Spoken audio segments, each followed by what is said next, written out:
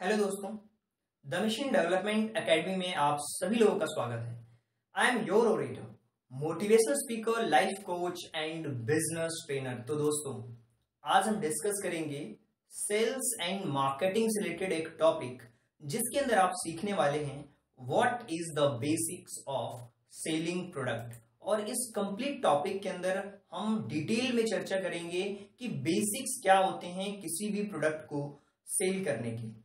सबसे important part, अगर लोगों को लगता है कि कोई प्रोडक्ट है, केवल उसके बारे में अच्छे से डेमोन्स्ट्रेट कर दिया और उसके बारे में डिस्क्रिप्शन अच्छे से बता दिया, लिख दिया, तो वही होता है सेलिंग का मेन पार्ट। नहीं, ऐसा बिल्कुल भी नहीं है। अगर आप इनके बेसिक्स को स्ट्रॉन्ग करोगे ना, तो आप किसी भी प्रोफेशन में हो, चाहे आप सर्विस को सेल करने के प्रोफेशन में हो, चाहे किसी प्रोडक्ट को सेल करने के प्रोफेशन में हो, चाहे आप कोई एजेंट हो, चाहे LIC एजेंट हो, चाहे फाइनेंस की सर्विसेज सेल करते हो, हर जगह ये चीजें काम आने वाली हैं। तो सबसे मोस्ट और इम्पोर्टेंट पार्ट जो आपको समझनी है कि सेलिंग जो डिपेंड करती है वो आपकी लिसनिंग के ऊपर डिपेंड करती है, नॉट स्पीकिंग के ऊपर। Selling is all about 60% listening and 40% talking. यानी कि बोलने से पहले आप सामने वालों को सुनो कि वो क्या कह रहा है, उसकी क्या रिक्वायरमेंट है, उसकी नीड क्या है, उसका पर्सोना क्या है, उसको डिफाइन करने की कोशिश करो, उसको क्यों चाहिए ये फाइंड आउट करने की कोशिश करो। अगर आप किसी भी सेल्स को समझना चाहते हो तो आप इसे 2 सेंटेंसेस में, इजीली सेंटेंसेस में समझ सकते हो। किसी भी सेल्स के मैसेज को अगर आप समझना चाहते हो, कस्टमर को समझना चाहते हो, 2 चीजें इंपॉर्टेंट होती है। पहला कि कस्टमर आपका प्रोडक्ट क्यों ले भाई, क्यों ले, और दूसरा आप दूसरों से बेटर क्या कर रहे हैं और उसके लिए ही क्यों कर रहे हैं। 2 चीजें बहुत इंपॉर्टेंट है कि दूसरों से बेटर क्या कर रहे हैं और उसके लिए क्यों कर रहे हैं, और कस्टमर आपका प्रोडक्ट क्यों ले। अगर आप इन चीजों पे आपने महारत हासिल कर ली, आपने इसके Q&A बना लिए कस्टमर से पूछने के, तो आप सेल्स के स्टार बन सकते हैं, राइट। और ये इंपॉर्टेंट पार्ट होता है, आप सुनिए सामने वाले को कि वो क्या कह रहा है, राइट। इसके अलावा जो चीज होती है जो कि बहुत इंपॉर्टेंट है वो है कस्टमर को, है ना, उसको अपने बिजनेस की पड़ी है। जैसे मान लीजिए आप B2B बिजनेस में पड़े हैं, तो उसको इस बात से कोई फर्क नहीं पड़ता है कि आपका बिजनेस क्या है, उसको इस बात से बहुत फर्क पड़ता है कि उसका बिजनेस क्या है। सो customers always care about their business, not about you. उनको आपके बारे में कोई फिक्र नहीं है कि आप धूप में चल के आ रहे हैं या क्या कर रहे हैं, उससे कोई फर्क नहीं पड़ता, उसको अपने काम से मतलब है। तो अगर आप चाहते हैं कि चीजों को अच्छी तरीके से बताएं, तो आपकी जो कम्युनिकेशन है वो क्लियर होना चाहिए, बिल्कुल।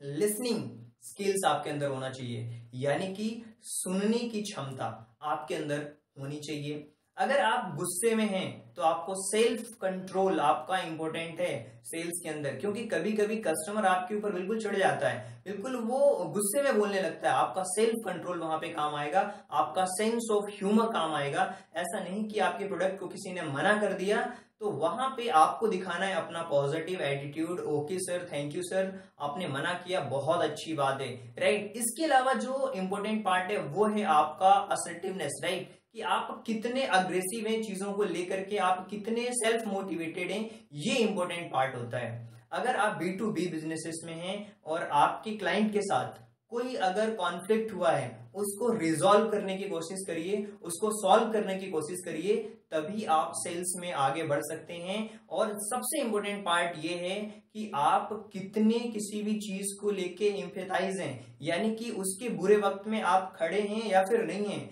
अगर सपोज करिए कि उसके पास पैसे नहीं है और वो आपसे प्रोडक्ट लेना चाहता है, उसकी कंडीशन अभी खराब है, तो आप उसके बुरे वक्त में साथ हैं या फिर नहीं है, ये इंपॉर्टेंट पार्ट है, राइट। और अपनी रिस्पॉन्सिबिलिटी को समझते हुए आपको उसके अकॉर्डिंग ही बातें करनी है। आपका सेंस ऑफ ह्यूमर एक इंपॉर्टेंट पार्ट है और एक इंपॉर्टेंट रोल प्ले करता है किसी भी सेल्स के अंदर। तो आपको समझना होगा कि आप अपने सेंस ऑफ ह्यूमर के अकॉर्डिंग कैसे उससे बात कर रहे हैं, क्योंकि कस्टमर जो होता है ना, मैं बार बार कह रहा हूं, जो कस्टमर होता है ना, उसको अपने बिजनेस की पड़ी होती है, वो आपके बारे में केयर नहीं करता कि आप कौन है, right, who are you, it doesn't matter, right. अब सेल्स के अंदर जो सबसे इंपॉर्टेंट पार्ट होती है, लोगों को लगता है कि रेपुटेशन, रेपुटेशन एक इंपॉर्टेंट पार्ट है। अगर आपका रेपुटेशन खराब हो गया ना एक बार मार्केट के अंदर, आप कोई भी प्रोडक्ट सेल नहीं कर पाओगे। तो रेपुटेशन को बिल्ड करना बहुत जरूरी है और आज के डिजिटल युग में रेपुटेशन केवल ऑफलाइन नहीं ऑनलाइन भी मैटर करती है। जैसे कि फेसबुक पेजेस पे लोग आपके बारे में क्या फीडबैक दे रहे हैं, क्या कमेंट कर रहे हैं। आप कोई भी साइट्स के अंदर चले जाइए, सोशल साइट्स के अंदर, गूगल हो गया, यूट्यूब हो गया, राइट, ट्विटर हो गया, हर जगह पे, फेसबुक हो गया, वहां पे लोग आपके बारे में क्या लिख रहे हैं, ये भी एक इंपॉर्टेंट पॉइंट है। और ये भी आपके रेपुटेशन इसके ऊपर भी आपकी बहुत डिपेंड करती है। तो आपको देखना होगा कि क्या आप दिखाते हैं और गूगल आपके बारे में क्या दिखाता है, ये इंपॉर्टेंट पार्ट है। क्योंकि आज के समय में आपकी डिजिटल रेपुटेशन भी उतनी ही इंपॉर्टेंट है जितनी आपकी फिजिकल रेपुटेशन, राइट। तो रेपुटेशन से हमेशा आप आगे बढ़ते हैं अपने सेल्स के अंदर, ये बहुत ही इंपॉर्टेंट पार्ट है। केवल प्रोडक्ट को सेल करना ही सेल्स के अंदर कामयाबी नहीं है। आप कितने आपके रिलेशंस अच्छे हैं किसी भी कस्टमर्स के साथ, ये होता है सेलिंग। इसको कहते हैं रिलेशनशिप बिल्डिंग, ये होता है सेल्स। देखिए जैसे मान लीजिए, एक सिंपल सी बात बताता हूं मैं आपको। अगर किसी पर्सन को आप बहुत अच्छे से जानते हैं और उसके प्रति और उसका जो रिलेशन है आपके प्रति वो बहुत ही अच्छा है, राइट, तो अगर आप कोई भी सजेशन देंगे ना, वो तुरंत मान लेगा उसे। क्यों? क्योंकि दोनों का जो रिलेशन है ना वो बहुत ही स्ट्रांग है। जहां पे स्ट्रांग रिलेशन होता है वो बिना कहे आपकी बात मान जाता है। तो कहीं ना कहीं जो सेलिंग है कंप्लीटली आपके रिलेशन के ऊपर डिपेंड करता है। आपने देखा होगा बहुत सारी ऐसी शॉप्स होती हैं जहां पे हम, भले ही हमारे घर के पास में शॉप नहीं है, दूर हो, लेकिन वहां पे हम जाते हैं अपने प्रोडक्ट को लेने के लिए, अपने सामान को लेने के लिए। क्यों? क्योंकि वहां से हमारा रिलेशन बहुत ही स्ट्रांग है। इसीलिए सेलिंग के अंदर जो रिलेशनशिप बिल्डिंग है वो बहुत ही एक इंपॉर्टेंट पार्ट होता है जिसपे आपको फोकस करना चाहिए, जिससे आप लाइफ में आगे बढ़ सकते हैं। इसके अलावा जो होता है, अगर आप चाहते हैं कि इस जो बेसिक फाउंडेशन है ना उसको मैं स्ट्रॉन्ग बनाना चाहता हूं, तो फाउंडेशन जो है ना आपकी सेलिंग की, उसको आपको स्ट्रॉन्ग बनाना ही पड़ेगा। जब तक आप अपनी फाउंडेशन को स्ट्रॉन्ग नहीं बनाओगे, जब तक आप लाइफ में आगे नहीं बढ़ पाओगे, राइट। तो उसके लिए कुछ पॉइंट्स हैं, उन पॉइंट्स को समझ करके आप सेल्स में बहुत अच्छा कर सकते हो। पहली चीज, किसी भी चीज को ध्यान से पूरे इंटेंशन के साथ सुनना है। ऐसा नहीं केवल सुन रहे हैं, ध्यान से और पूरे इंटेंशन के साथ सुनेंगे। ये बहुत ही बेसिक सी पार्ट है। सबसे पहले क्वेश्चन पूछिए, प्रेजेंट बाद में करिए। पहले जानिए सामने वाला क्या आपसे जानना चाह रहा है, उससे पूछिए, उसके बारे में जानिए। सबसे पहले ask question first, present letter. Present बाद में, क्वेश्चन पहले। अब जो भी उसकी नीड्स है ना उसको अनकवर करिए। आप अपनी अकॉर्डिंग मत बताइए उसे, कोई भी प्रेशर मत दीजिए उसे। आप उसको वो बताइए जो उसकी नीड हो, उसकी नीड को पकड़िए और उसको अनकवर करिए, राइट। अब आपको प्रिज्यूम नहीं करना उसको कि यार ये चीज ले लो, ये चीज ले लो, नहीं, उसके अकॉर्डिंग बताओ। तब जाकर के आप चीजों को और अच्छी तरीके से बता सकते हैं और आपकी जो स्ट्रॉन्ग सेलिंग के जो फाउंडेशन है उसको स्ट्रॉन्ग कर सकते हो। उसके बजट के बारे में जानिए, उसको अनकवर करने की कोशिश करिए। ठीक है सर, ये प्रोडक्ट इतने का है, आपके पास अभी कितना अमाउंट है, आप कैसे मैनेज करेंगे, उसके बारे में चर्चा कीजिए। ये नहीं कि केवल प्रोडक्ट के बारे में चर्चा कर रहे हैं, नहीं, उसके बजट को अनकवर करिए। अब जब जैसे मान लीजिए कि कोई ऐसा प्रोडक्ट, जैसे मान लीजिए कि आप एक रियल एस्टेट बिजनेस में हैं और सामने वाले के पास कुछ पैसे रखे हुए हैं, राइट, उसके एफडी में कुछ पैसे पड़े हुए हैं, कुछ पैसे इतने पड़े हुए हैं और कुछ पैसे कम पड़ रहे हैं। तो आप डिसीजन मेकिंग प्रोसेस पे लाइए उसे कि सर आप इतना अमाउंट आप पे कर सकते हैं, उसके बाद क्या कर सकते हैं आप कि अपनी चीजों को आप क्या कर सकते हैं, फाइनेंस करा सकते हैं बैंक से, और इतनी इसकी ईएमआई आने वाली है, इतनी इसकी इंस्टॉलमेंट आएगी। तो आप उस प्रोसेस पे आइए जहां पे वो डिसीजन ले सके। ऐसा नहीं कि आप वहां पे चले जाइए, बैंक में चले जाइए, वहां से बात कर लीजिए, नहीं, उसकी डिसीजन मेकिंग प्रोसेस में उसका हिस्सा बनिए और आप अपनी रेपुटेशन को बिल्ड करिए। Build a rapport without going, इससे पहले कि वो जाए उससे पहले आपको अपना रेपुटेशन उसके सामने बिल्ड करना है। ये बहुत ही बेसिक सी बातें हैं, अगर आपने ये सीख गए तो किसी भी सेलिंग सिस्टम के अंदर आप स्टार बन सकते हैं।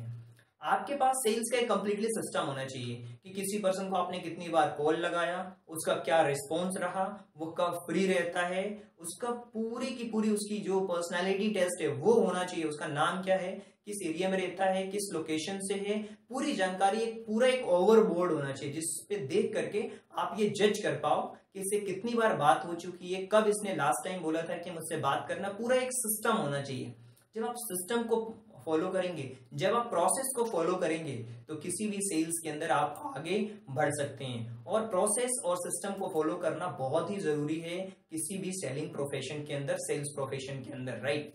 अब जो सबसे इंपॉर्टेंट पार्ट है कि आप ऐसी चीजें, जो वो पूछ रहा है केवल उतना ही आंसर दो। ऐसा नहीं कि जो नहीं भी पूछ रहा है उसके भी आप आंसर दे रहे हो, उसके आंसर नहीं करने हैं। वो जितना पूछ रहा है, जितने क्वेश्चन उसके हैं उतने ही बताइए, ज्यादा बताने की कोशिश आपको नहीं करना है, राइट। उसकी जो चीजें उसको कस्टमाइज करने की कोशिश करिए। ऐसा नहीं कि जितना आपने बोल दिया उतनी पे ही वो डील होने वाली है, बिल्कुल नहीं। उसको कस्टमाइज करके बताइए कि इस ऑप्शन में ये हो सकता है, इस ऑप्शन में ये हो सकता है और इस ऑप्शन में ये हो सकता है।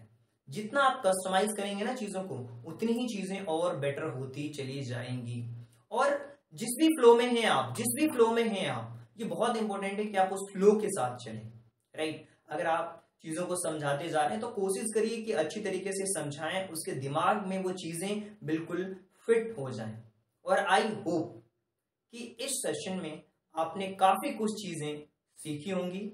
और अगर आपको लगता है कि ये सेशन आपके लिए बहुत ही इंपॉर्टेंट और पावरफुल रहा है तो कमेंट बॉक्स में कुछ सुझाव और सजेशन भी दे सकते हैं, जिससे हम और इंटरेस्टिंग इसको बना सकते हैं। So thank you so much and thanks for giving your precious time at the last. God bless you. Thank you so much.